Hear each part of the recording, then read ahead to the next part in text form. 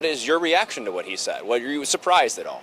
I was not surprised. Unfortunately, Governor Cuomo continues to point fingers at anybody but himself. And what the investigation, which was a bipartisan investigation, what it found was that he personally and his senior staff wrote, directed, and executed the directive on March 25th that led to the nursing home crisis, which ultimately killed over 15,000 vulnerable seniors.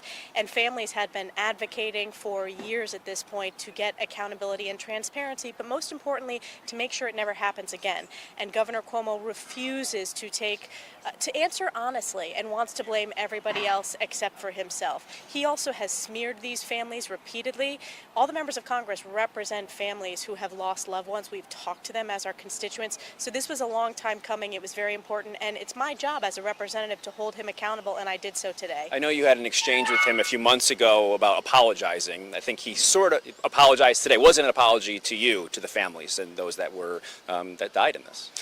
I did ask him that he needs to look the families in the eye and apologize and not just do it flippantly at the start of a hearing for PR purposes, and he failed to do that. This is a former governor, who attacked these families, who attacked their political affiliation, and frankly, it's Democrats, Republicans, Independents who lost loved ones. It is not partisan, and the governor, his staff attacked them. He owes them a long overdue apology, and it needs to be much more than we heard today. He pointed a lot at the Trump administration, and I believe he also asked you to apologize for your support of the administration in their guidance and communication back when the pandemic began, saying that led to lost lives. I'll ask the same question I guess he did a few months ago. Would you apologize for that? Absolutely not, because the CMS and CDC guidance were crystal clear that they should not allow nursing homes that were unable to care for COVID-positive patients.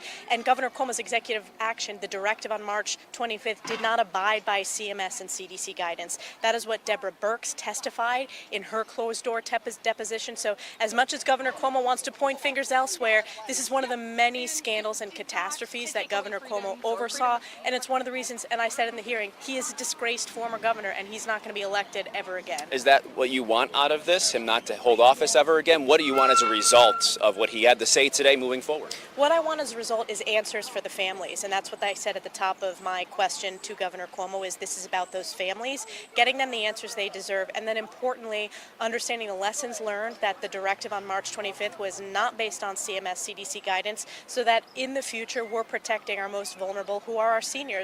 This is important to my district, for example. Not only do I represent constituents, but I have the highest number of seniors population-wise in my congressional district, so a very elderly district, and these policies impact districts that have that huge percentage of elderly population. So it hits home in my district just like it impacts families who lost their loved ones.